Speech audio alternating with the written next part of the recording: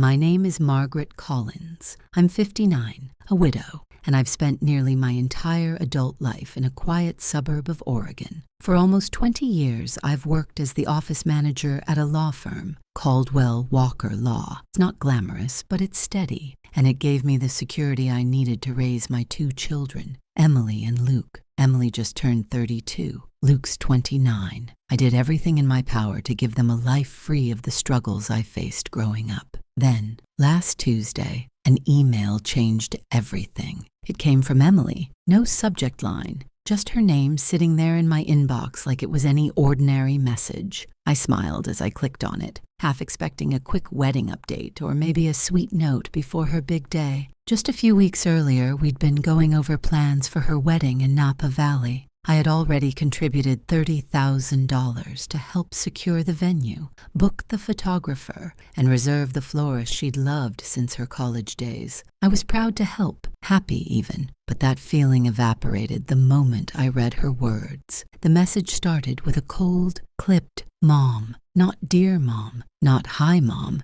just "Mom," like a label. She explained that after finalizing the guest list with her fiancé Andrew and his family, they had decided it would be best if I didn't attend in person. Apparently, Andrew's mother was very particular about keeping things intimate. Then came the line that landed like a slap. If you want to be a part of it, you can watch through the Google Meet link we've created. Should be just like being there. LOL. LOL. That tiny laughing dismissal. I just stared at the screen. My coffee sat untouched and slowly went cold beside me. I didn't cry. My hands didn't shake. But something deep inside me shifted, like the ground cracked open beneath my feet. And somehow, I didn't fall. I replied with only 4 words. Sure, enjoy your big day. No emotion, no fight, just quiet withdrawal. And I knew those 4 words would echo louder than any argument ever could. I didn't want to beg. I didn't want to yell. I wanted clarity. I wanted my silence to say what words couldn't. I closed my laptop, sipped the now bitter coffee, and got ready for work. Just another Tuesday, at least on the surface. But I knew, deep down, this wasn't just another day. This was the day I stopped pretending my sacrifices meant anything to my daughter. The day something in me broke loose and refused to be buried again. The drive to the office was quiet. Oregon's early spring carried a soft chill,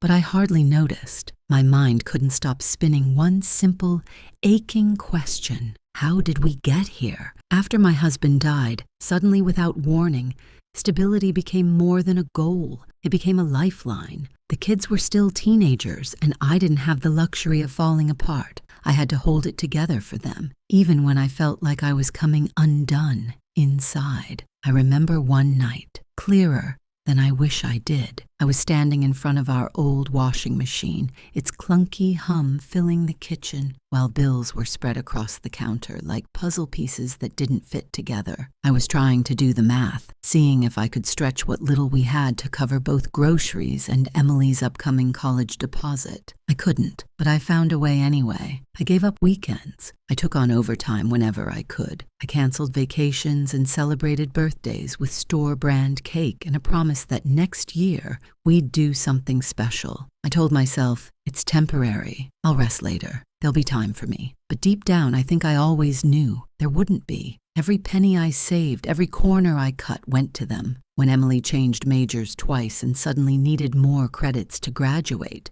I covered the fees. No hesitation. When she took a short-lived job across the country in New York, I paid for her plane tickets, helped with her deposit, and pretended not to notice how ungrateful she sounded on the phone. When she called me sobbing through her second heartbreak at 27, I dropped everything, got on a flight, and spent a week making tea in a kitchen that didn't feel like home. I didn't care. It was hers, and that was enough. She didn't ask me to come, not directly, but I knew she needed me. And when Luke decided to buy a house with his fiancée, I co-signed the mortgage without blinking and handed over a $10,000 check like it was nothing. Because to me, it wasn't nothing. It was love. It was what mothers do. At least, I thought it was. I never kept track. I never made a mental list. I gave because I wanted to, because that's what you do when you love someone more than yourself. But that email, that cold,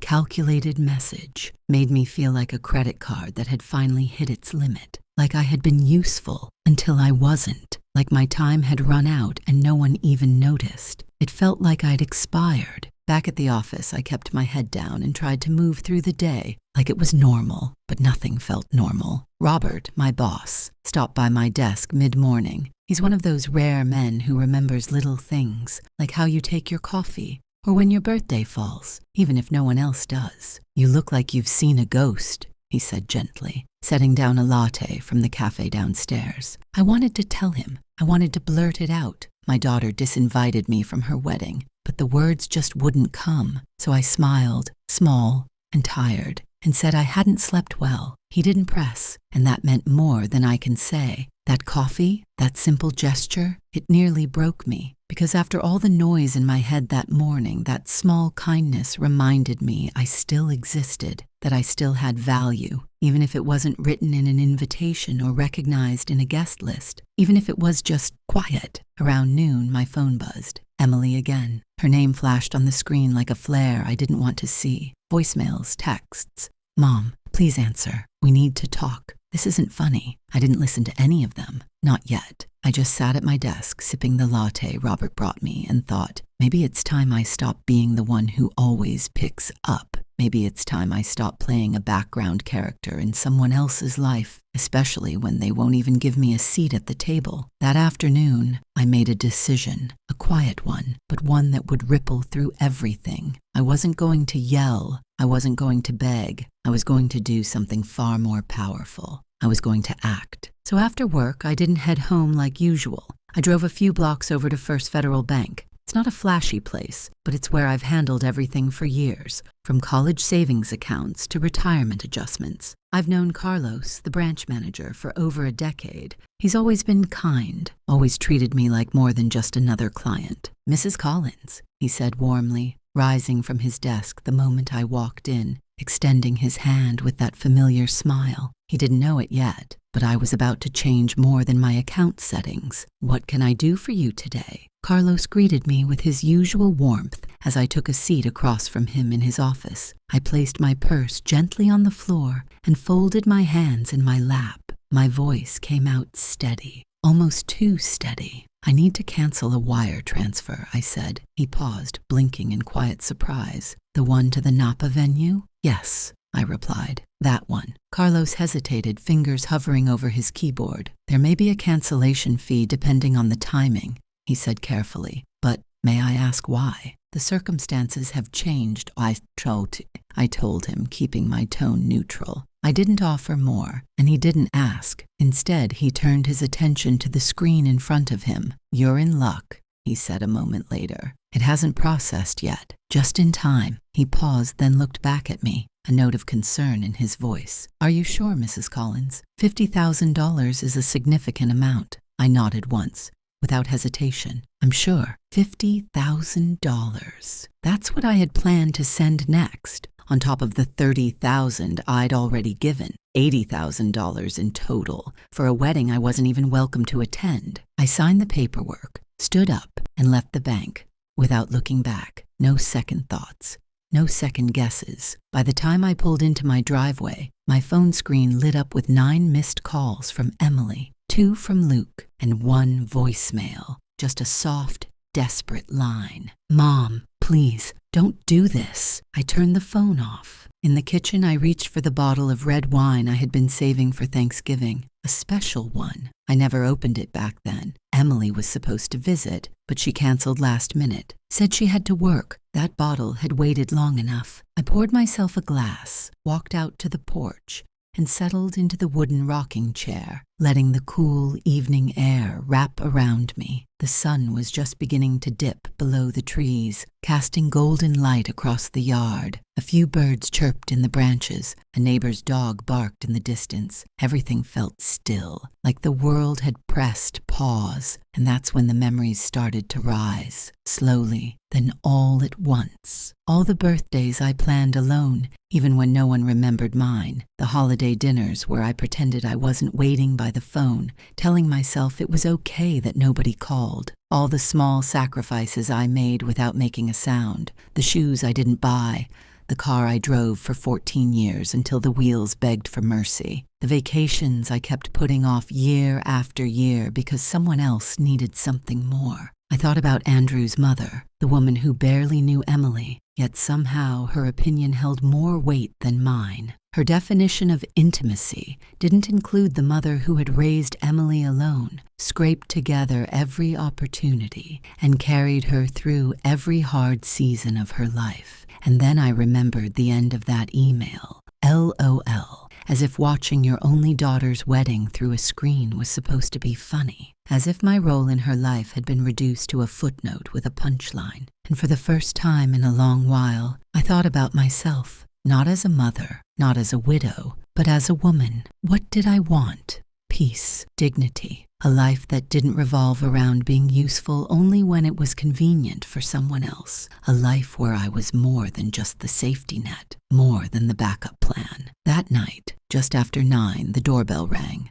I froze. For a moment, I thought about staying seated, pretending I didn't hear it. But curiosity has a way of pulling you toward the unknown. So I stood up and walked toward the door. It was Luke, still in his office clothes, tie loosened, sleeves rolled up, posture stiff like he wasn't sure whether to argue or apologize. He stood on my porch, phone clenched in one hand like it might shield him from whatever he thought was coming. "Mom," he said, stepping through the doorway before I could even get a word in. "Why haven't you been answering your phone? Emily's freaking out." I closed the door calmly behind him and offered a tight, polite smile. "Hello to you, too." He sighed and started pacing immediately, the way he always did when he didn't want to sit with the truth too long. "She says you're not coming to the wedding now, that you're being difficult." I couldn't help but laugh, a soft, tired kind of laugh. Difficult? For choosing not to attend a wedding I was uninvited from? He shifted, clearly uncomfortable. "Andrew's parents are paying for most of it, Mom. You know how traditional they are." "Traditional?" I cut in, raising an eyebrow. "Luke, I already paid $30,000. He blinked, silent. "I was about to send 50,000 more, I added, lifting my wine glass. "But not anymore." His face went pale. "Wait, you were sending another 50? "Was," I said, taking a slow sip. "But plans change." He stared at me like I'd just announced I was burning the whole event to the ground. "Mom, they're counting on that. The venue, the food, not my problem anymore," I said, calmly but firmly. His voice rose in frustration. "Of course it's your problem. She's your daughter, and I'm her mother," I replied quietly. A mother who was told to stay home. A mother who was told to watch her only daughter's wedding from behind a screen, like some distant cousin. He ran a hand through his hair, clearly unraveling. "You always make everything about yourself." And that was it. That was the sentence, the one that broke something loose inside me, something that had been clinging on by threads for far too long. "Get out of my house." His mouth dropped open. "What?" "You heard me, Luke. Get out." "Mom, no." My voice didn't waver. It was soft, but there was steel behind it. "I've given everything I had, and I'm done being the villain in a story I wrote with love." He stood there a second longer, stunned, like he couldn't process what just happened. Then slowly, without another word, he turned and walked out. The door clicked shut behind him. Not a slam, just a quiet, final click. But somehow, it echoed louder than anything he could have shouted. I stood there in the stillness of my living room, heart pounding in my chest, waiting for the guilt to wash over me. But it didn't. What came instead was peace. For the first time in years, I didn't feel crushed beneath someone else's expectations. I felt free. The next morning, I woke to 43 missed calls and a flurry of frantic texts from Emily. The messages began the way they always did, with guilt dressed up as concern. "Mom, we need to talk. Why are you doing this? This is childish." But then, the tone shifted. "The venue just called. The payment didn't go through. We're going to lose everything if we don't pay by tomorrow. Andrew's parents are furious. They said this proves they were right about you." And then, at exactly 3:24 a.m., a final message. "I don't understand why you're doing this to me." I sat at the kitchen table, cradling a warm cup of coffee in my hands, and smiled. Of course she didn't understand. She had never tried to. Emily had grown up so used to my sacrifices that she never stopped to wonder where her comfort came from. The security, the stability. She just assumed it would always be there, that I would always be there, but not this time. Later that morning, while I was reviewing contracts at my desk, an email appeared in my personal inbox. The subject line read, "Please don't ruin my wedding." I opened it without much expectation. "Mom," she wrote, "I know you're upset about the LIVESTREAM situation, but this is extreme. We've lost the venue deposit, and if we don't pay the remaining balance by end of day Paris time, the caterer walks. Andrew's parents are furious. They say this proves you can't be reasoned with." Then came the part that said everything. "We can talk about you attending, but we need the funds first. Not an apology, not reflection, just a negotiation, as if my presence at my own daughter's wedding could be bartered, given or withheld depending on my generosity." I didn't respond. I simply closed the email and turned back to my work. Around noon, Robert stopped by my desk and said, "Lunch? That new Italian place just opened." I almost declined, as I usually did, but something inside me had shifted. Maybe it was the clarity of the past 24 hours. Maybe I just wanted to sit somewhere that didn't ask anything of me. So I nodded. I'd like that. Over pasta, he told me about his grandkids, how exhausting but beautiful it was to chase after them. His voice was soft, grounded. At one point, he paused and said gently, "Forgive me, Margaret, but you seem lighter today." And I surprised myself by telling him everything. About Emily, the email, the money, what I'd done. He didn't try to fix it or explain it away. He just looked at me and said, "Sometimes the hardest part of love is setting boundaries, especially with the people we've given the most to." Then he reached across the table and briefly squeezed my hand. "I think you did the right thing." And for the first time in a long while, I believed that too. When I got back to my desk, there were more missed calls, more messages, but I didn't answer. I didn't need to. For the first time, my silence spoke louder than any words could. That evening, as I pulled into the driveway, the sky was already dimming, and the porch light clicked on automatically. Everything looked still, peaceful even, but someone was sitting on my front steps. As I got closer, I recognized her, Sophia. She stood quickly, brushing imaginary lint from her coat. Emily's best friend since 5th grade. She'd spent countless weekends at our house, baking cookies, watching movies, giggling in sleeping bags until morning. I hadn't seen her in years. "Mrs. Collins," she said softly, "I'm sorry to drop by like this." "It's fine," I replied, unlocking the door. "Would you like some tea?" She followed me into the kitchen, her eyes drifting around the walls like she was looking for echoes of something long gone. I filled the kettle and waited. "Emily sent you?" I asked. She didn't answer right away. Then quietly, "She's a mess. They lost the venue. The florist dropped out. Andrew's parents are threatening to cancel the wedding." I said nothing as I placed 2 mugs on the counter. "She's panicking," Sophia continued.